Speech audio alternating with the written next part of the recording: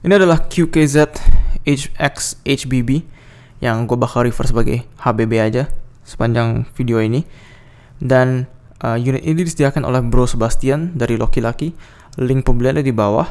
Review ini murni berdasarkan opini gue aja. Gue gak dapet insentif apapun untuk masalah penjualan dan sebagainya. Jadi review ini cuma bakal sejujurnya gue aja. Oke, kita mulai aja dari build quality aja, karena memang gue nggak dapat full packagingnya juga, ya. Dari segi build quality ini tuh kayak IM Chi-Fi pada umumnya ya. Jadi dia menggunakan shell generic yang kita udah lihat beribu-ribu kali, ya. Ini, tapi dengan faceplate yang lumayan mewah. Faceplate ini menurut gue cukup tebal dan lumayan berat. Mungkin karena itu rasanya jauh lebih berat dibanding IM lainnya, dan memang pas aku pakai dia lumayan sedikit narik keluar gitu ya. Dan ya selain itu ya ini shell standar aja sih, shell Chi-Fi standar. Untuk kabel pun ini sama kayak kabel IM KZ pada zaman sekarang ya, standar aja, nggak terlalu mikrofonik, lumayan supel, oke lah ya. Dan untuk masalah fan, itu cuma ada satu fan di sini aja. Gua nggak tahu apakah ini fan atau bukan. Kelihatannya sih bukan. Begitu gue tutup, pun nggak ada perubahan pada suaranya. Jadi gue asumsikan bahwa ini bukan fan. So ya, itu ngecover masalah build quality. Dan mending kita langsung masuk suaranya aja. Dan kalau kita ngomongin masalah bass dulu ya, seperti biasanya, kuantitas bass dan mid bass pada HBB itu sangat banyak dengan tekstur yang cukup baik dan kontrol yang oke lah untuk kuantitas bass segini banyak ya. Tapi memang dia masih bleeding ke mids tentunya.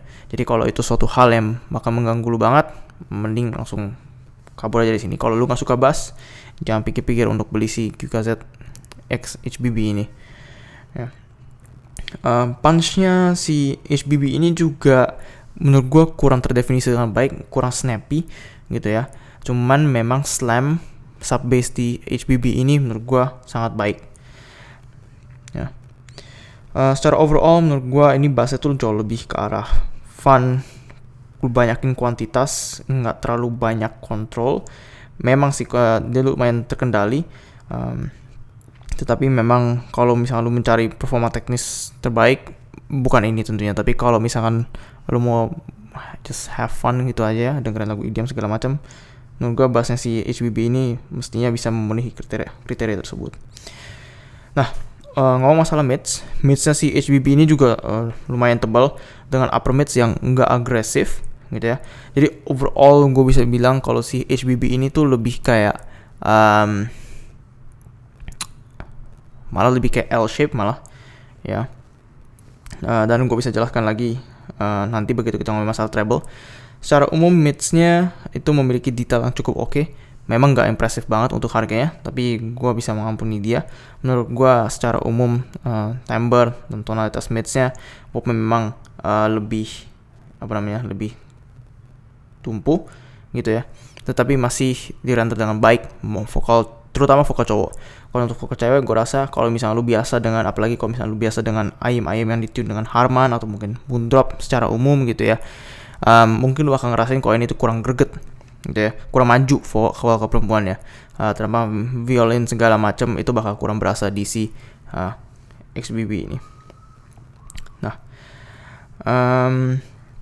kalau kita ngomongin masalah treble pada si HBB ini, satu hal yang gue rasakan paling pertama adalah dia tuh ada dip di daerah sekitar 5,5K gitu ya, yang kadang bikin treble si HBB ini tuh kedengaran agak detached. Dan memang walaupun dia ada sedikit emphasis begitu lu naik lagi gitu ya, sekitar 7-8K-an, lu bakal langsung berasa secara signifikan bahwa memang treble-nya ini tuh ditune buat seadanya aja. Dia tuh nggak forward gimana banget, dan walaupun dia nggak maju dan dia seadanya, sebagian besar waktu dia tuh nggak benar-benar hilang dalam mix, nggak kayak IM Chi-Fi dengan harga seginian pada umumnya gitu ya. Jadi menurut gue itu satu poin plus. Cuman memang kalau lu biasa dengan IM yang jauh lebih agresif kayak macam KZ EDX dan sebagainya, kalau lu pindah ke HBB, gue rasa lu bakal merasa kalau ini tuh benar-benar tumpul banget.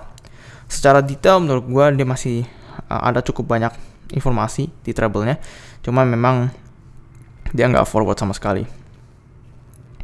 Secara extension dia juga nggak terlalu baik, jadi dia juga lacking sedikit air, mungkin suatu hal yang gue inginkan. Mungkin dengan kalau misalnya ada tambahan air ini, si HBB itu bakal berasa lebih lively, gitu ya, nggak bakal setumpul ini.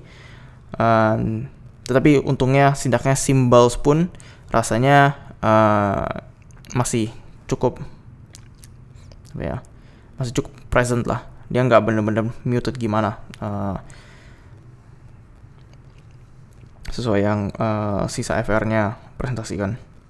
Nah, untuk masalah soundstage dan imaging, soundstage-nya si HBB ini kalau misalnya ini kepala gue, dia tuh cuman kayak sekitar setengah kepala gue doang. Memang nggak terlalu luas, depth-nya juga nggak terlalu bagus gitu ya. Cuman